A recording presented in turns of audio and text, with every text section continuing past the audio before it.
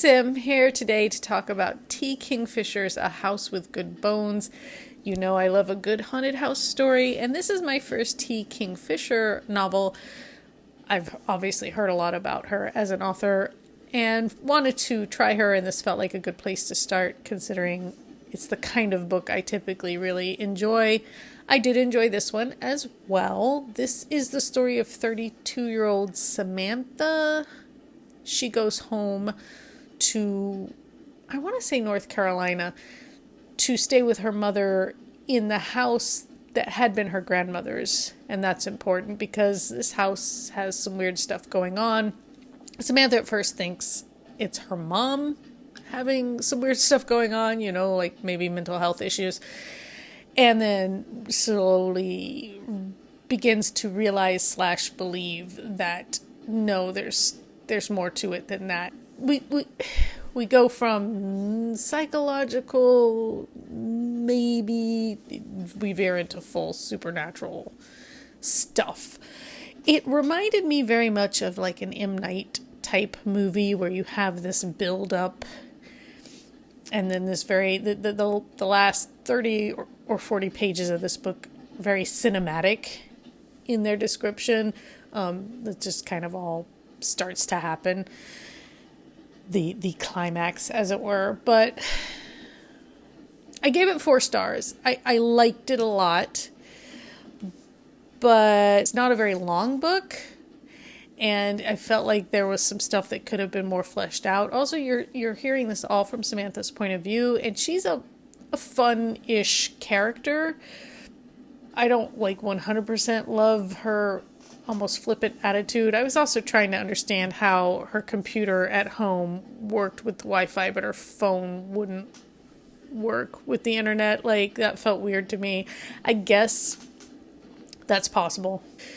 She wasn't able to do stuff with her phone, but she was able to do stuff with her laptop. At first I was like, maybe all the stuff on her laptop was already downloaded or something, but she was checking her email on her laptop, and I don't know. That was kind of weird. There are vultures, and I wish a little more had been done with them. I liked the side characters more. There's a woman named Gail who is a very interesting character. I don't want to spoil anything, so I'm not gonna. But I liked her. I liked Phil, who was the gardener / handyman that Sam's mom hires. And yeah, I mean, I thought some of the awkward interactions between Sam and Phil were cute and very true to life, at least in my clumsy experience. But basically, we learn that the grandma, we know from Sam's memories that the grandmother whose house this was a little bit eccentric and not in good ways, borderline to maybe outright abusive in some ways. So that plays a part in the story of this haunted house. There's a lot about roses. There's a lot about bugs.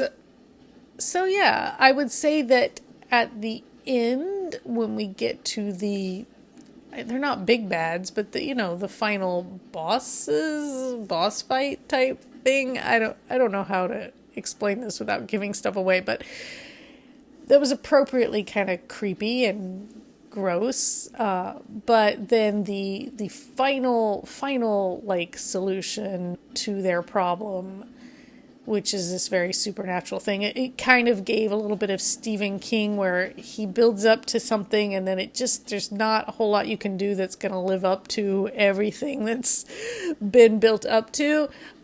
So the supernatural solution is a little I don't know, underwhelming maybe. Like I said, I gave it 4 stars. I liked it overall.